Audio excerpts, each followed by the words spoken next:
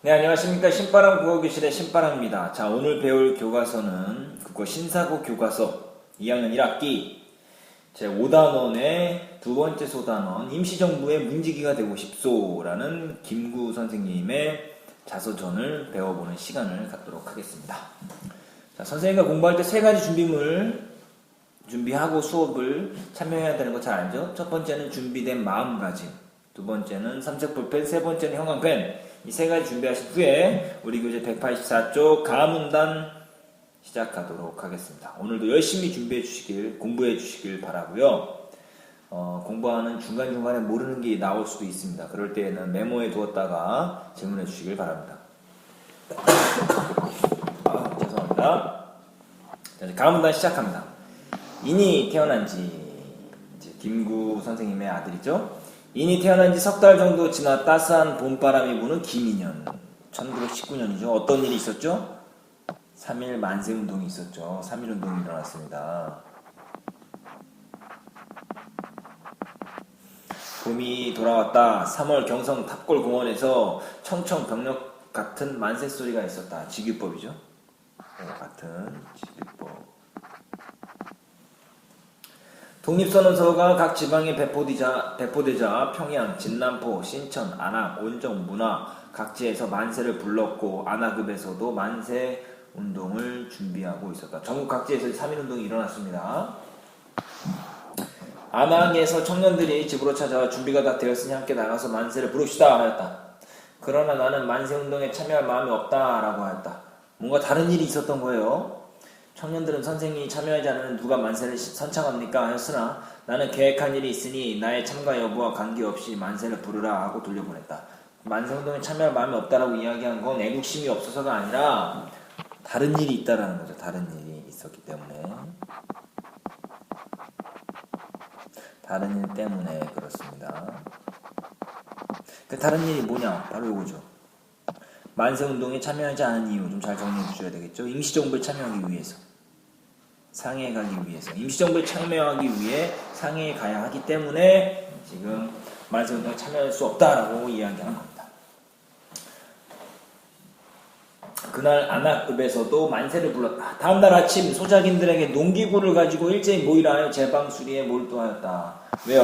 헌병들의 감시를 따돌리기 위해서 그렇죠. 김구 선생은 이 당시에 굉장히 요주의 인물로 일본 사람들에게 감시의 대상이었어요.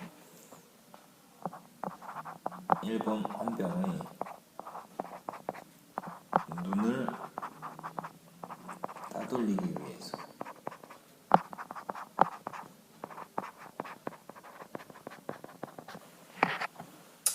내 집을 감시하던 헌병들은 내가 농사 준비만 하고 있으니 정오에 다른 곳으로 가버렸다. 의심스러운 행동 안 했으니까요. 나는 소작인들에게 일을 잘 마치도록 부탁한 후 잠시 이웃 마을에 다녀오마 하고 안악읍으로 갔다. 안악에 도착하니 김용준 군이 말했다.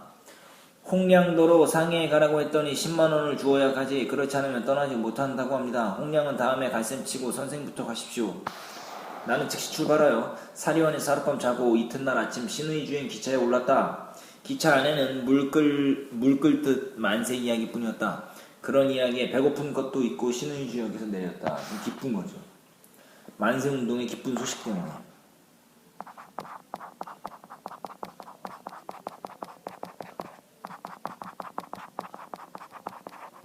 기쁜 소식 때문에 배고픈지도 몰랐다 이 소리죠.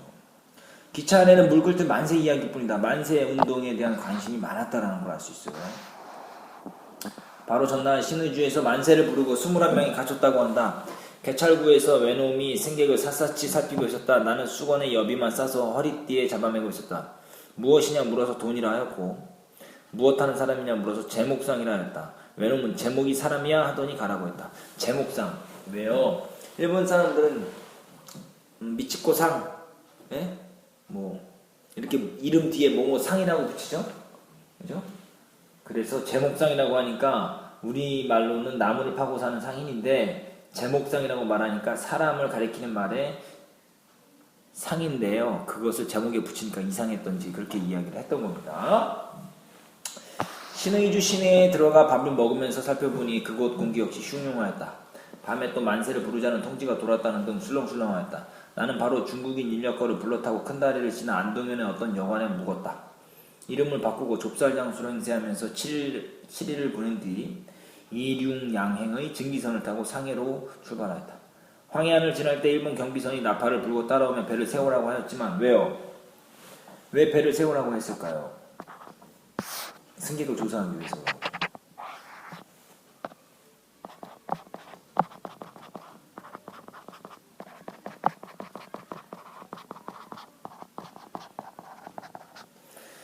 그랬지만 영국인 선장 조지존은 들이지도 않고 전속력으로 경비구역을 지나갔다. 정리해볼게요. 시대적 배경을 나타내는 소재를 좀 잘 기억해 두시죠. 1920년대 일제강점기라는 거 이거 좀 잘 기억해 두셔야 되겠죠. 김인현, 경성, 국립선언서, 만세운동, 소작인, 외농, 인력거, 증기선 이런 것들이 일제강점기라는 시대적 배경을 나타내고 있다. 이거 시험문제 잘 나옵니다. 만세운동에 참여하지 않은 이유는 아까 있었고요. 김구가 제목상과 좁쌀행세라는 이유는 외놈들의 감시가 심해졌어. 상해 임시정부에 참여하러 가는데 외놈들이 이를 허락하지 않고 그리고 들키지 않게 하기 위해서 이렇게 한 것입니다. 글쓴이 이동 경로도 좀 잘 알아두세요. 안압읍에서 사리원, 사리원에서 신의주, 신의주에서 안동현, 그래서 상해. 왜 갔냐? 임시정부에 참여하기 위해서 갔다라는 것을 기억해 두시길 바라면서 185쪽 들어가도록 하겠습니다. 186쪽으로 가야 되겠네요.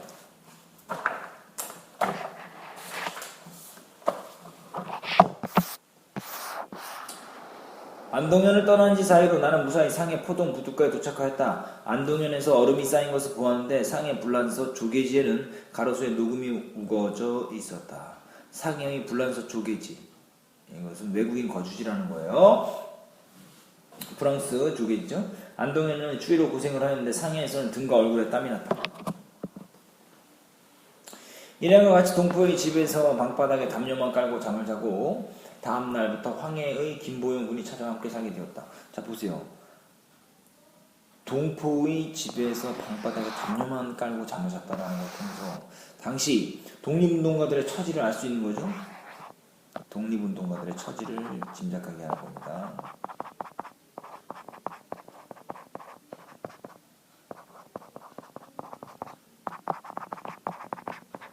좋다 나쁘다?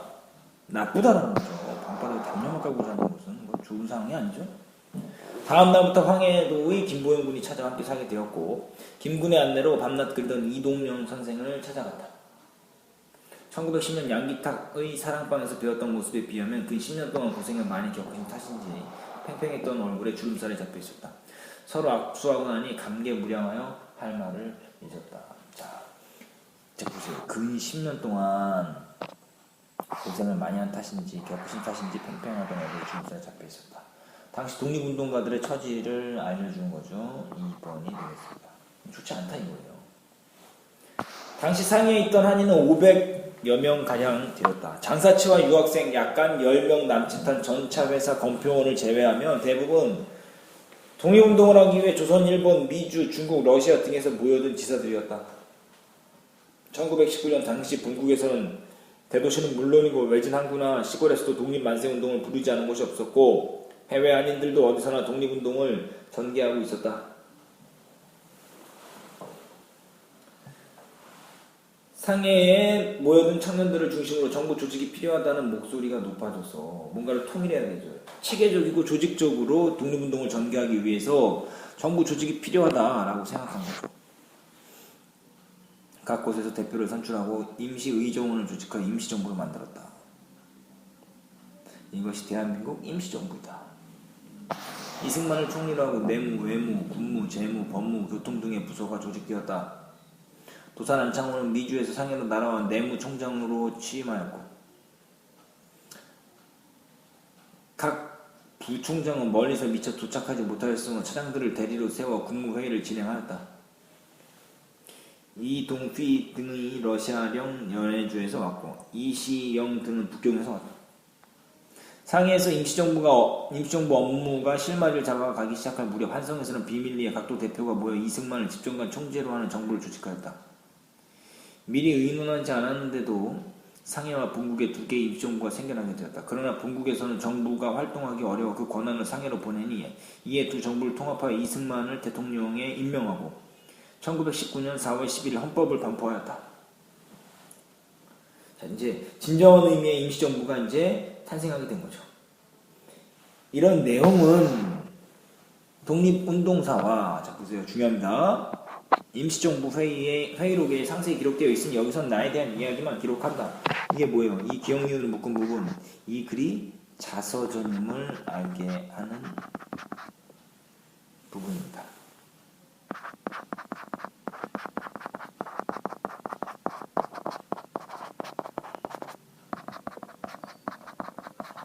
나에 대한 이야기만 하겠다.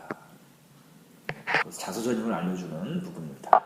정리 한번 해보고 넘어갈게요.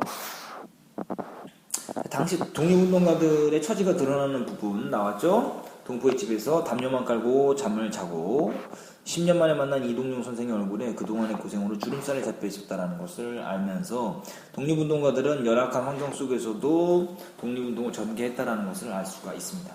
대한민국 임시정부 수립은 상해와 우리나라 본국에서 있었는데요. 그것을 어려워서 상해로 권한을 보내서 두 정부를 통합해서 이승만을 대통령으로 임명한 것이 아까 나왔죠? 1919년 언제요? 1919년 4월 11일입니다. 그것이 진정한 의미의 임시정부가 수립됐다는 거. 임시정부 수립의 배경 3.1운동 실패 이후 통일된 지도부의 부재 없다. 부재에 있다고. 그러니까 3.1운동이 실패한 이유가 뭐냐, 지도부가 통일되어 있지 않기 때문에 실패한 것이다라고 이야기를 했고 생각을 모아서 독립운동가들이 정부 조직의 필요성을 주장해서 임시정부가 생겨나게 되었다는 거 기억해 두시길 바라고요. 이 글이 자서전임을 알 수 있는 부분은 시험 문제에 잘 나오는 부분입니다. 이 부분은 이제 기억니은으로 아까 묶었던 부분이죠. 이 부분은 글쓴이가 스스로의 삶을 돌이켜보며 가치 있고 후세에 전할 만하다고 판단되는 일이나 경험들만을 기록한다. 이게 바로 뭐야? 이게 자서전의 뜻입니다.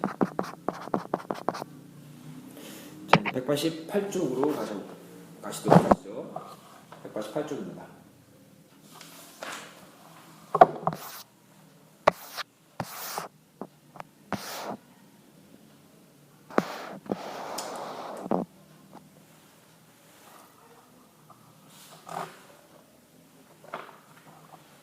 내무총장인 도산 안창호 선생님께 임시정부의 문지기를 시켜달라고 부탁하자 도산은 내가 벼슬을 시켜주지 않은 데 대한 반감으로 그러는가 염려하는 빛이었다. 나는 일찍이 본국에서 교육사업을 할 때 집에서 혼자 순사시험을 보았지만 합격하지 못한 경험이 있다는 것. 서대문 감옥에서 옥살이 할 때 후일 독립정부가 조직되면 정부의 뜰을 쓸고 문을 지키는 문지기가 되기로 결심하여 나의 호를 백범으로 고쳤다는 것. 백정과 범부, 일반 사람을 합쳐서 표현한 게 백범입니다. 예를 들며 평소 진정한 나의 소원이라고 말하였다. 자, 이게 뭡니까? 문지기가 되기 위해서 주장하는 이유가 첫 번째가 뭐예요? 혼자 집에서 심사시험을 보았지만 합격하지 못한 경험이 있답니다. 또 독립정부가 조직되면 정부의 뜰을 쓰고 문을 지키는 문지기가 되기로 결심한 나의 백범을 고쳤다는 것. 이것이 다 뭐예요? 지금 문지기를 하겠다라고 주장한 이유.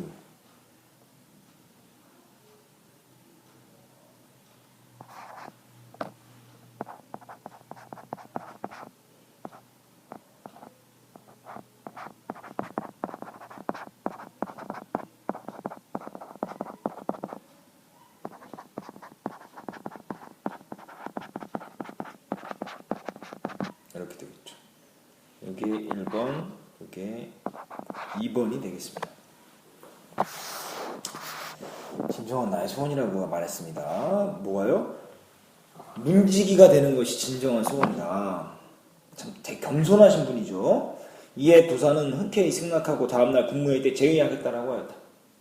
그런데 다음날 도사는 뜻밖에도 경무국장 임명장을 주었다. 나는 순사 자격에도 못 미치는 자가 경무국장 직책을 감당할 수 없다며 사양하였다. 그러나 도사는 계속 거절하며 젊은 차장들의 부하 노릇하기 싫다고 받아들일 터이니 사양하지 마시오라고 하며 강권하였다.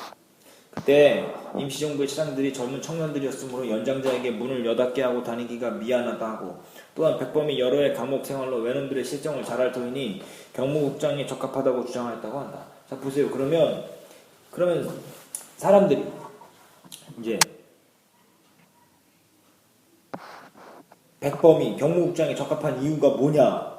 첫 번째, 연장자에게 문을 여닫게 하고 다니기가 미안하다 하고, 또 하나, 여러 해 감옥 생활을 해서 외놈들의 실정을 잘 알 터이니 그래서 적합하다 라고 이야기했다는 거죠.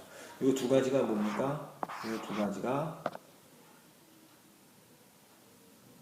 백범 김구 선생이 경무국장에 적합한 이유 두 가지죠.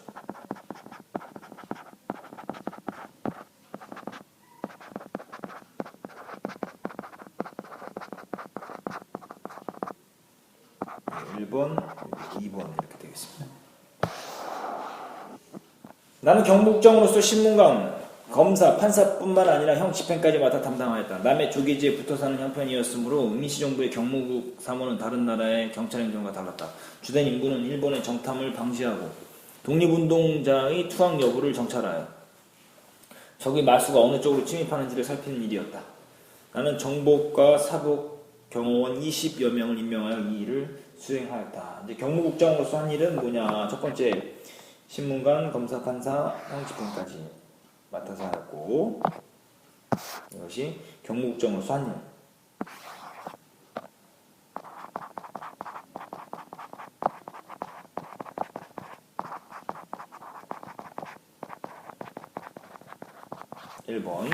또 2번은 뭡니까? 주된 임무는 뭐라고 그랬어요? 일본의 정탐을 방지하고, 그리고 어느 쪽으로 마수가 뻗치는지를 살피는 일이다. 이게 2번 되겠죠. 경무국장으로서 한 일입니다. 홍구의 일본 영사관과 우리 경무국이 서로 대립하고 암투하였는데 다투었다 이 소리죠. 당시 불란서 조계 당국은 우리 정부의 독립운동에 대해 특별히 동정적이었다. 일본 영사가 독립운동자의 체포를 요구하면 불란서 당국은 이 사실을 미리 알려준 다음 일본 경관을 데리고 와서 빈집만 수색하고 가곤 했다. 정리 한번 해보죠. 문지기가 되고자 하는 이유, 이 제목이죠. 임시정부의 문지기가 되고 싶다라고 주장한 이유는 뭐냐? 첫 번째, 이거 시험에 끝납니다. 본국에서 순사시험을 봤을 때 불합격했고 옥살이를 할 때 독립운동의 문지기가 되기로 결심했기 때문에 문지기가 되겠다라고 주장하는 거죠. 그런데 도산 안창호가 글쓴이를 경무국장에 적합하다고 주장한 이유는 글쓴이가 문지기를 하면 임시정부의 젊은 처장들이 연장자에게 문을 여닫게 하고 다니기가 미안하다. 또 하나, 백범 김구 선생은 여러 해 감옥 생활을 외놈들의 실적을 잘 알고 있기 때문에 경무국장이 어울린다. 그래서 경무국장으로서 한 일은 첫 번째, 신문관, 검사, 판사뿐만 아니라 형 집행까지 맡아서 했다. 또 일본의 정탐을 방지하고 독립운동자의 투항 여부를 정찰하여 적의 마수가 어느 쪽에 침입하는지를 살폈다라는 것 기억해 두시길 바랍니다. 189쪽, 190쪽 가도록 하겠습니다. 190쪽.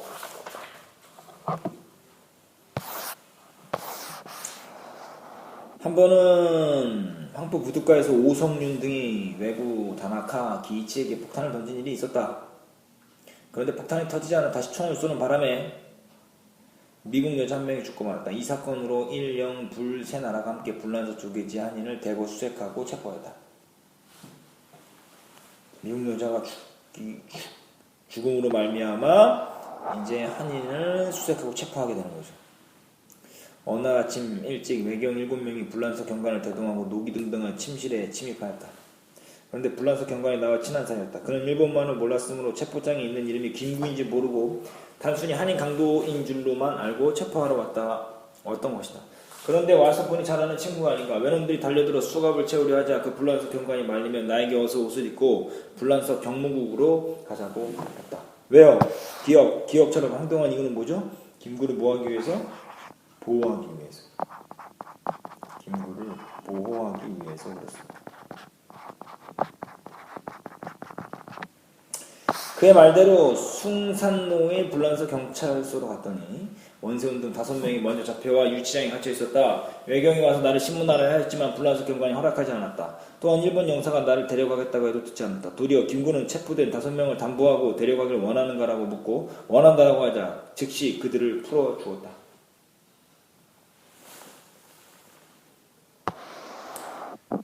어때요? 지금 뭐야? 신문하려고 했는데도요, 보호해줬고, 잡아가려는데도 보호해준 것을 통해서 우리는 불란서 쪽의 당국과 우호적인 관계를 우리가 파악할 수 있습니다. 여러 해 동안 나는 불란서 경찰국에서 한인 범죄자들을 체포할 때마다 배신감으로 임시정부를 대표하여 이를 처리하였다. 자, 이거 보세요. 불란서 경찰국에서 한인 범죄자들을 체포할 때마다 배신감으로 임시정부를 대표하여 이를 처리하였다. 경무국장으로서 한 일.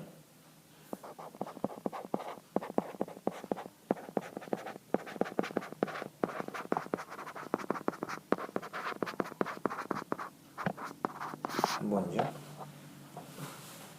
그런 까닭에 불란서 경무국에서는 나를 잡아가게 하지도 않았을 뿐 아니라 내가 보증만 하면 현행범 말고는 즉시 풀어주었다.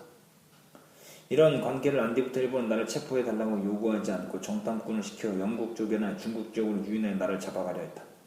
그때부터 나는 불란서 조계지에서 한 걸음도 벗어나지 않았다. 왜 그러죠? 영국 쪽이나 중국 쪽에서는, 중국 지역에서는 이 백범 김구 선생은 특별대우 하지 않았어요. 그래서 불란서 조계지에서 벗어나지 않았다. 그 이유는 일본에서는 일본 사람들로부터 안전하기 때문에.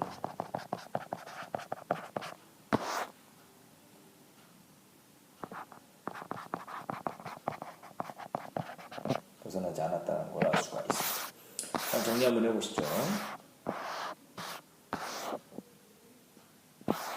자, 글쓰니아 불란서 조계 당국과의 관계는 어떻다? 플러스다. 우호적이다. 불란서 조계 당국은 우리 정부의 독립운동에 대해 특별히 동정적이었다. 그리고 글쓴이는 불란서의 경찰국에서 한인 범죄자들을 체포할 때마다 배심관으로서 임시정부 일을 처리하며 신뢰를 쌓았다 라고 하면서 우호적인 관계다라는 걸 알 수 있다. 그래서 이거를 정리를 해두면요, 어떤 관계다? 우호적인 관계다. 글쓴이가 불란서 조계지에서 한 걸음도 벗어나지 않은 이유는 불란서 조계 당국과 우호적인 관계에 있었기 때문에 일본의 세력으로부터 자유롭게 활동할 수 있는 지역이었기 때문에 벗어나지 않았다. 일본의 영향력이 미치는 곳으로 가면 글쓴이가 위험에 처할 수 있다. 영국과 중국 지역은 어떻다는 거죠? 글쓴이가 위험에 처할 수 있는 지역이기 때문에 가지 않았다는 거죠. 경무국장으로서 한 일, 배심관으로 임시정부를 대표하여 일을 처리했다. 범죄자들을 체포할 때마다. 그래서 백범 김구 선생이 경무국장으로서 한 일도 좀 기억해 두시길 바랍니다. 자, 그래서 오늘 이제 임시정부 문지기가 되고 싶소를 다 배웠습니다. 그래서 꼭 기억해 둬야 되는 것은 김구 선생의 그 이동 경로, 그리고 좁쌀장수, 그리고 제목상 행세를 한 이유, 그리고 경무국장으로서 한 일, 그리고 문지기가 되고 싶다라고 한 이유, 그리고 경무국장을 임명한 이유, 이런 것들을 좀 정리해 두시길 바랍니다. 그리고 이거는 자서전이라는 거죠. 자서전은 자신의 이야기를 남겨서 뭐 하려는 거죠? 자신의 삶에 대해서 기록하고 그것을 바탕으로 해서 후세에 전할 만하다라고 가치 있게 여겨지는 것들을 기록한 것이 바로 자서전이다라는 것을 기억해 두시기 바랍니다. 자, 오늘 열심히 공부하셨나요? 궁금한 부분이 있다면 따로 시간 내서 질문해 주시고요. 댓글을 통해서 질문하시는 것도 좋은 방법일 것 같습니다. 끝까지 선생님의 이야기에 경청해 주셔서 감사하고요. 다음 시간에도 열심히 공부해 주시길 부탁드립니다. 다음 시간에 다시 만나요. 소년이여 야망을 가져라.